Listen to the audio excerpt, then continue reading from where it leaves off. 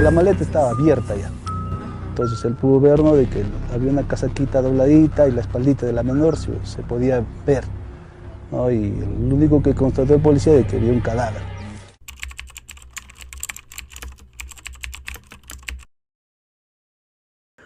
Huancayo, 31 de diciembre del 2016.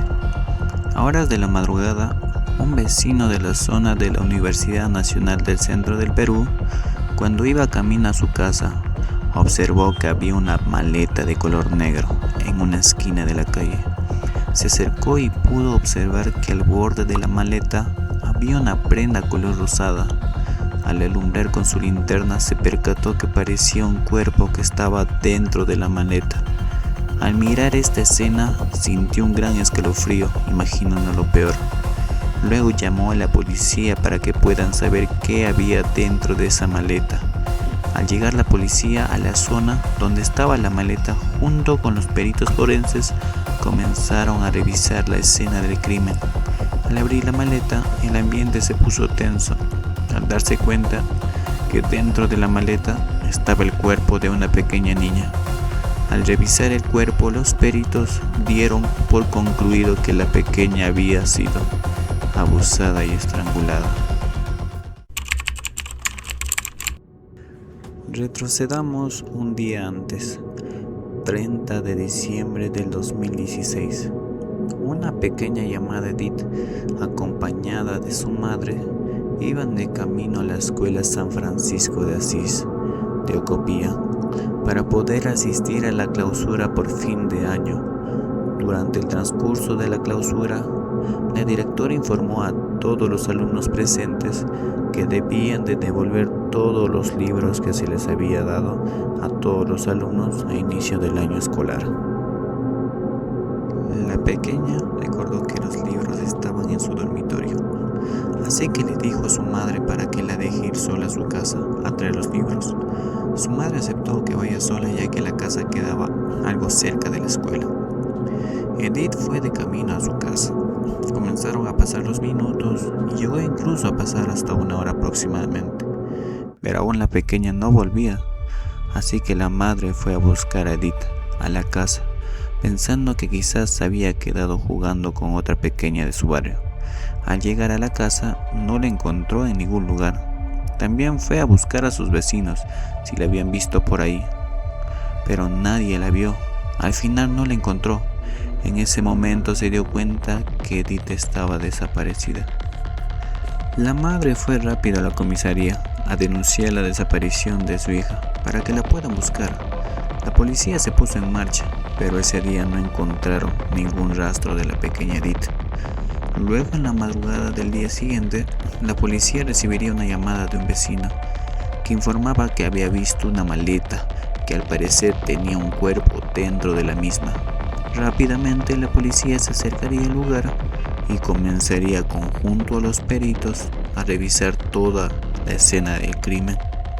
A pesar de lo que veían era algo trágico, tenían que seguir investigando con total frialdad para que puedan encontrar al asesino. Se corrió la voz y todo Huancayo se puso de luto y de indignación por tal macabro asesinato. Al siguiente día, los médicos legistas hacían el llamado a la madre de Edith para que pueda comprobar en la morgue si el cuerpo encontrado en la maleta era de Edith. Lamentablemente, cuando la madre salió llorando de la morgue, los demás familiares se dieron cuenta que la pequeña Edith era la que estaba dentro de la morgue. La policía comenzó a investigar el caso. Primero habían obtenido una grabación de la cámara de seguridad de la zona de la Universidad Nacional del Centro del Perú. En el video sale cómo un auto se dirigía hacia la calle donde fue encontrado la maleta, media hora después. Pero lo malo fue que no se notaba la matrícula del auto. Solo les quedaba buscar autos parecidos al de la grabación para poder buscar sospechosos. La investigación se ponía difícil, ya que no había tantas pistas del caso. Comenzaron a buscar sospechosos. Algunos vecinos indicaban que el posible sospechoso fuera el padrastro, ya que a veces venía en estado etílico a la casa donde vivía la pequeña Edith, y también indicaban que la madre al inicio de la desaparición trataba de encubrir al padrastro, pero esa sospecha se descartó ya que el padrastro estaba fuera de Huancayo en esos días que desapareció Edith. También mencionaron los vecinos que hubo varios casos de abuso a menores por esa zona donde vivía Edith. Pasaron varios días y toda la investigación no avanzaba por la falta de pistas. La madre de Edith, junto a los vecinos del sector de Ocopía, donde vivía la pequeña Edith, hacían marchas en busca de justicia, pidiendo que la policía trabaje mejor y pueda encontrar a ese desalmado asesino.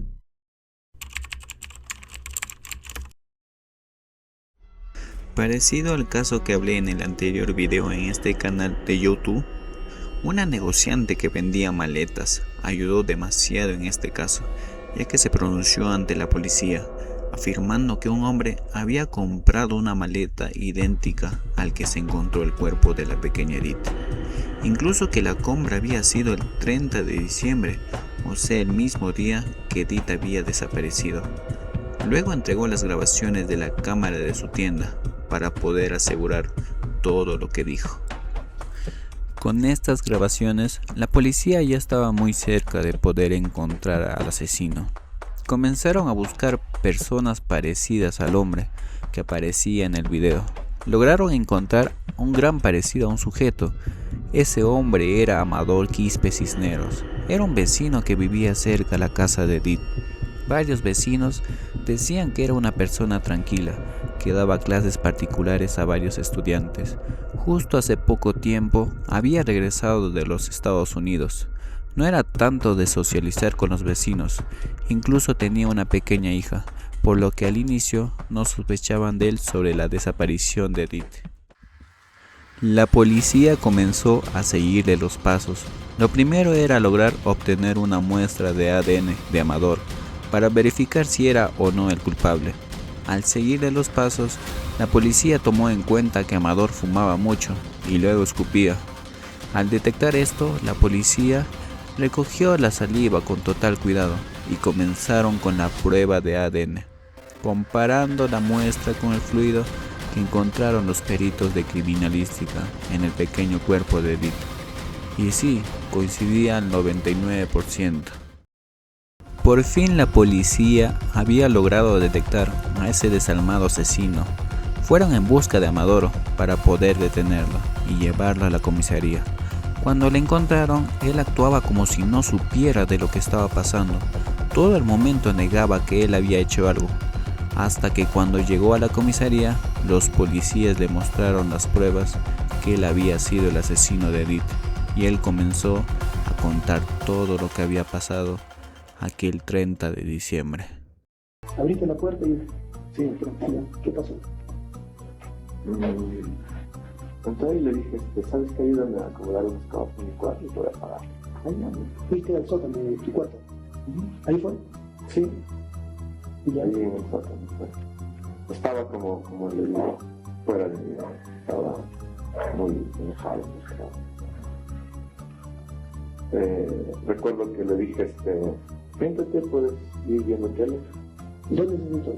Ahí en el campo. En ese momento, como le digo, salí a la tienda, la dejé ahí. ¿Viene de la tienda?